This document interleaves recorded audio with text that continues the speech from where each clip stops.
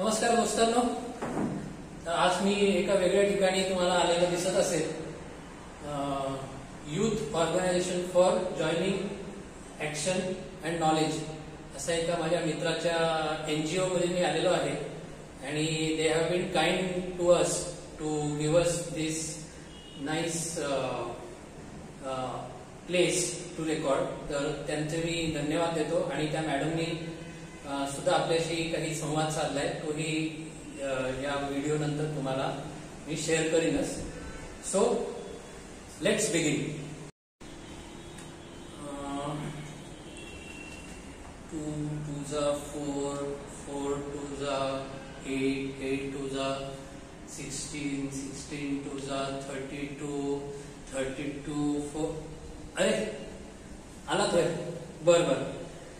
तर मित्रांनो, आता मी जरा तुम्हाला दिसत असेल 2 2s are 4 2s are करत पाठ करत बसलोय, मल्टिप्लिकेशन करतोय, काय करतोय.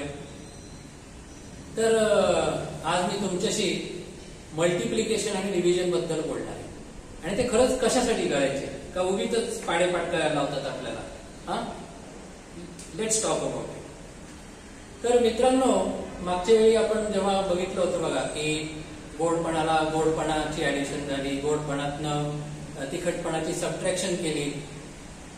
पण जेव्हा द्रव्यांचे गुण असे दोन एकमेकाशी सारखेच नसतील पण काहीतरी कनेक्टेड असतील, तर अशा वेळी त्यांचं आपण कसं कंबाईन करणार त्याला. आपण एक उदाहरण घेऊ बरं का. समजा आता तुमचा वाढदिवस आहे आणि तुम्ही तुमच्या पप्पांना आग्रह केला की आता माझा वाढदिवस जोरात व्हायला पाहिजे. आणि तुम्ही सांगितलं की मला माझ्या मित्रांना गिफ्ट द्यायचे, रिटर्न गिफ्ट, आणि त्याची किंमत असेल 100 रुपये पर गिफ्ट, ₹100 पर गिफ्ट. आणि तुमचे मित्र असतील समजा 10 मित्र असतील, तर तुम्ही तुमच्या वडिलांना किती पैसे मागणार, कसं कराल. कारण रुपीज आणि मित्र यांचे तर काहीच कनेक्शन नाहीये. देन मग हे दोन गुण तुम्ही कसे जोडणार. तुम्ही म्हणाल अहो सोपं आहे, rupees 100 rupees into number of friends, म्हणजे 100 रुपये गुणिले 10 फ्रेंड, 1000 रुपये. करेक्ट. येस. तर आपण काय केलं, मल्टिप्लिकेशन केली. Rupees per friend into number of friends आले 1000 रुपये. म्हणजे काय केलं, मल्टिप्लिकेशन. आणि तुम्ही या ठिकाणी बघितलं तर हे काय आले, आपला रेक्टँग्युलर शेप. म्हणजे काय झालं, तुम्ही वडिलांना मागितलेले पैसे हे काय आले, लेंथ इंटू द विड्थ. समजा ही लेंथ म्हणलं, त्याला विड्थ म्हणलं. Length into width is equal to area of rectangle. बरोबर. म्हणजे area of rectangle length into width. आणि तुम्हाला तुमच्या गिफ्टसाठी लागणारे पैसे आणि तुमचे मित्र यांच्यात काहीतरी संबंध आहे. तो कसा लावला आपण, की मला माहित असलेले नंबर ऑफ फ्रेंड्स आणि मला माहित असलेलं गिफ्टची कॉस्ट, त्या दोघांपासून मला तिसरं काहीतरी बनवायचंय. आणि ते काय बनवायचंय, पैसे, द कॉस्ट. ओके. तर जेव्हा दोन असे एकमेकाशी संबंधित असलेले गुण असतात आणि त्यांना कंबाईन करायचं असलं तर तेव्हा आपण काय करतो, मल्टिप्लिकेशन. आता अजून एक उदाहरण देतो बरं का. अशा टाईप. समजा आता तुमच्या घरामध्ये एक खिडकी आहे. तर या खिडकीमध्ये तुम्ही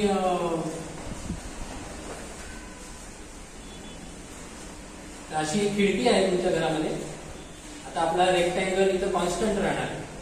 तर या खिडकीचा ही जी रुंदी आहे, विड्थ, ही आहे समजा 6 फूट.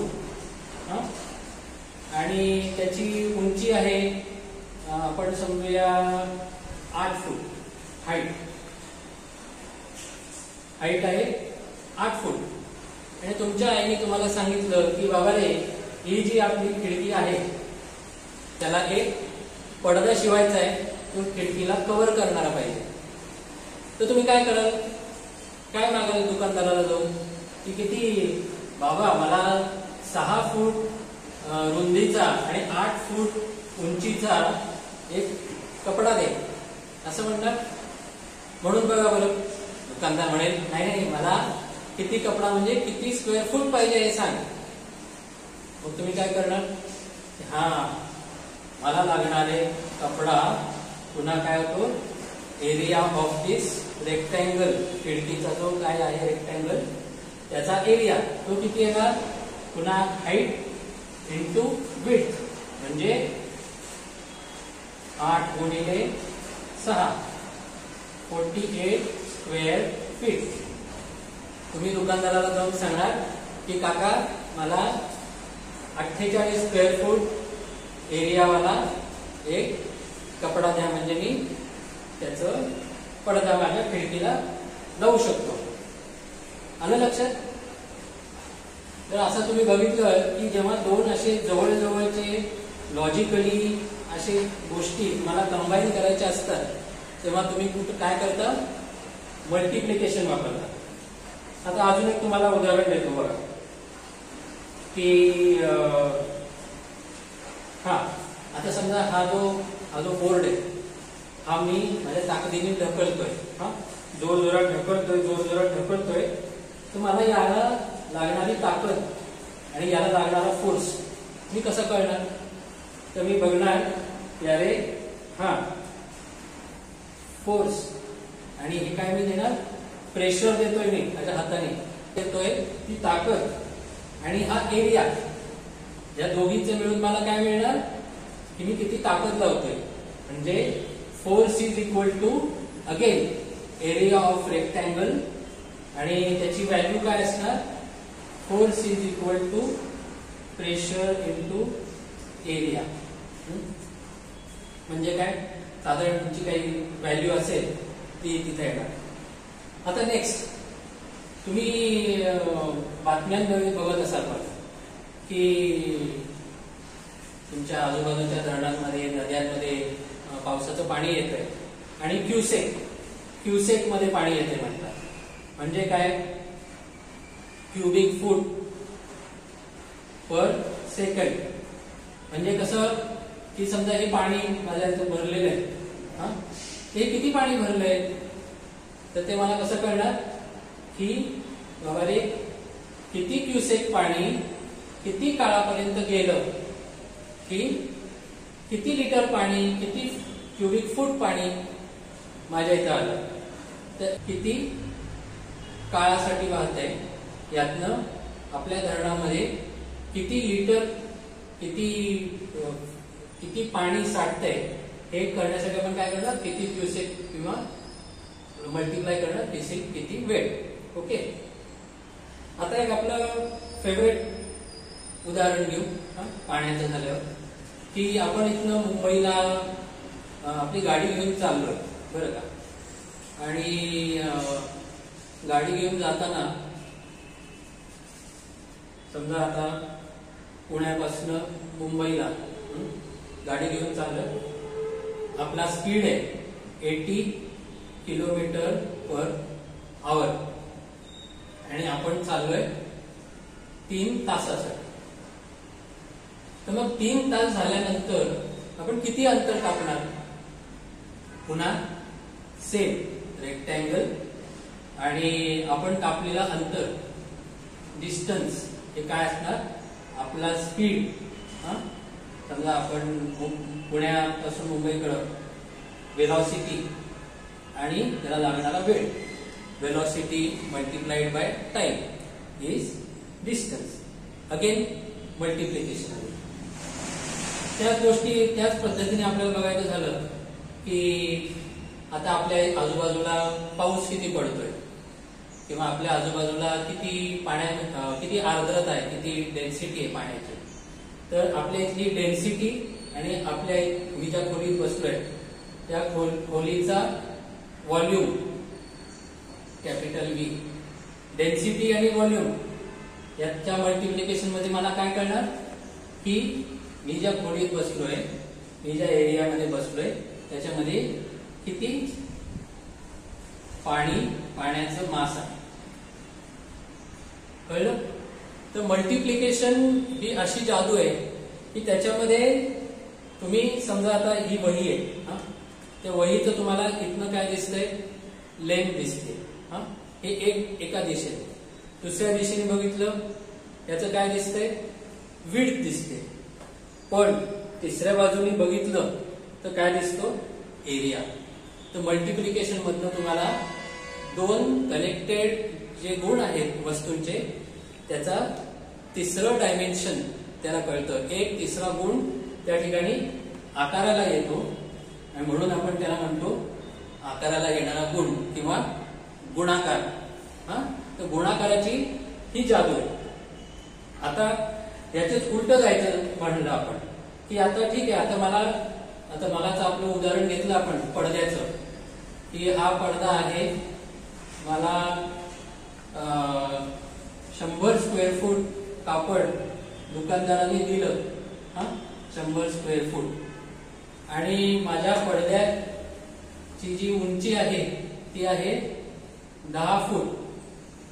तर मी तो किती रुंदीपर्यंत लावू शकतो. या ठिकाणी मी काय बघणार की मला दोन वेगवेगळ्या गोष्टी दिल्या की मला वरून दिसते की किती एरिया आहे स्क्वेअर फूट, आणि मला काय दिलंय की त्याची उंची किती आहे. मग मला कळणार कसं की त्याची किती रुंदी किंवा किती लेंथ ती पोहोचू शकेल. म्हणलं यार काय करू, तर मी माझ्या उंचीनी माझ्या एरियाला म्हणतो अब तू भाग जा. भाग या असे म्हणजे काय झाला, भागाकार झाला. डिव्हिजनची हीच मजा आहे की दोन वेगवेगळ्या कनेक्टेड राशी आहेत किंवा एरिया आहे आणि विड्थ दिली आहे आणि तुम्हाला लेंथ काढायची. मग तुम्ही म्हणणार ती विड्थ म्हणणार एरियाला अब तो निकल, कारण मला आता लेंथ पाहिजे. मग काय करणार, आपली जी हाईट आहे ती सगळी गायब भाग गायब. आणि आपल्या हातामध्ये काय शिल्लक राहिलं, विड्थ. म्हणजे आपण विड्थ आणि हाईटच्या कॉम्बिनेशन मधनं काय बनवला होता, एरिया. आणि जेव्हा एरियाला आपण हाईटनी गायब करून टाकलं, हमने भगा दिया, त्यातनं काय झालं, आपल्या हातामध्ये विड्थ. गुणाकार आणि भागाकार ही अशी जादू आहे ना मित्रांनो की तुम्हाला बघायला फार म्हणते यार ह्याच्यात काय आहे, हे काय मल्टिप्लिकेशन आहे, हे काय डिव्हिजन आहे. पण तुम्हाला मी आता उदाहरणं दिली त्यातनं तुमच्या लक्षात आलं असेल की यातनं खरंच काहीतरी आपल्याला हातामध्ये मिळतंय. तर तुम्हाला एक साधं शेवटचं उदाहरण मी देतो. आपल्या आजूबाजूला एक हवेचं प्रेशर असतं बरं का, प्रेशर, एअर प्रेशर.